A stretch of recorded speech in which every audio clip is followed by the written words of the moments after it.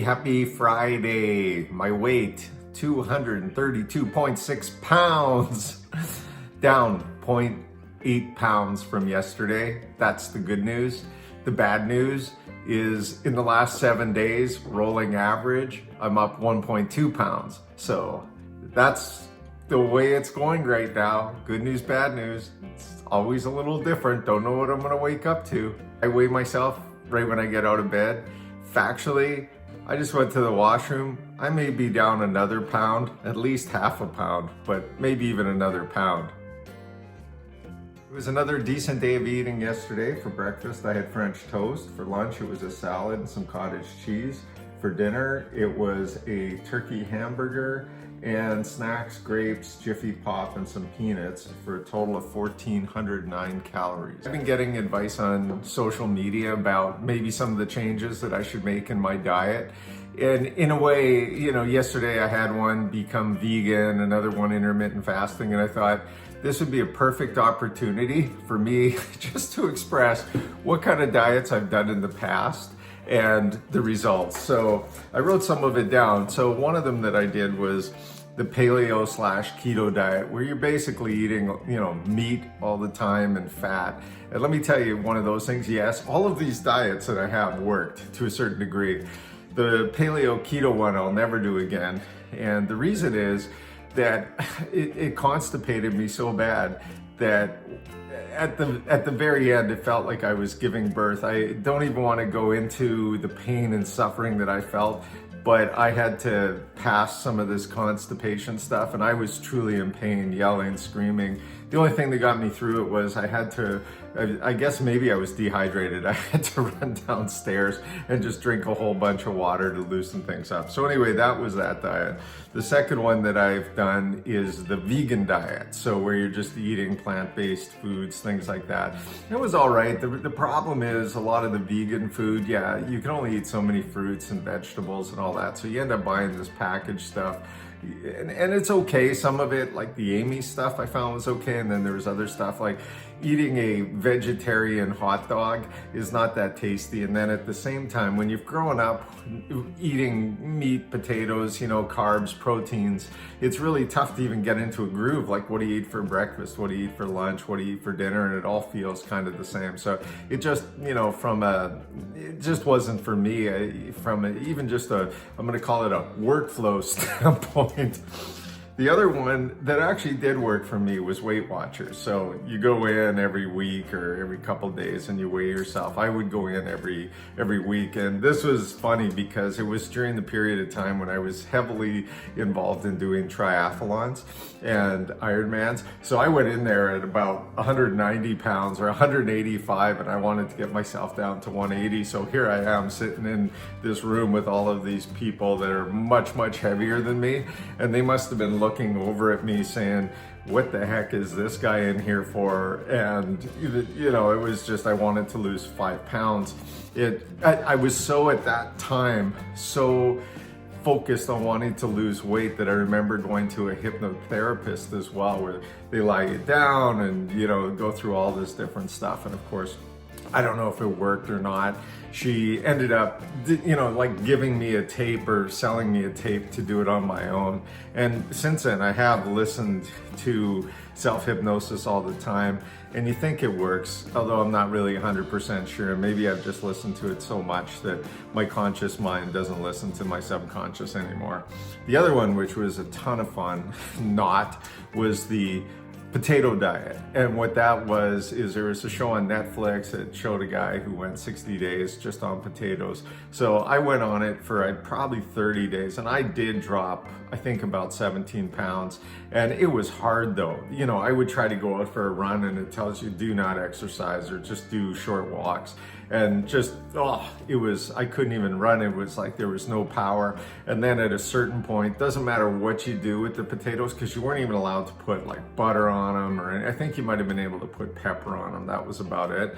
And there's only so many ways you can do potatoes. And then by the end of it, I was so sick of even looking at a potato. And similar to, I guess if you eat a single food, I've done in the past that cabbage soup diet. And again, they all work. I think those ones in the beginning definitely take away the water weight, but you're just, sacrificing yourself and just total discipline and being totally miserable. The other one I did a water fast once. And this was funny because it was in Nelson, BC, and I actually paid to go to this resort, or it was a cabin. There was about 7 or 8 of us there. It was beautiful. I paid, and they fed me water. So I actually had to catch a plane, pay for a flight to get there, which probably was about $600-700. Then I was there, and that was probably about $1,200. And all they did was they let me drink water, and every night they would give you enemas. And I think I went about 4 days with the enemas. And then that was a big bucket hanging down. It was like a nightmare. And then they had you do some yoga as well. And, at the end of the day, there was no TV because it was a very earthy sort of place. So they didn't have TV or anything like that. And, it wasn't fun. But in 1 week, I did lose 13 pounds. And then when I left, I went out for lunch, before I could catch the plane. And sure enough, I was, pigged out on some food, and I probably gained 5 pounds right there.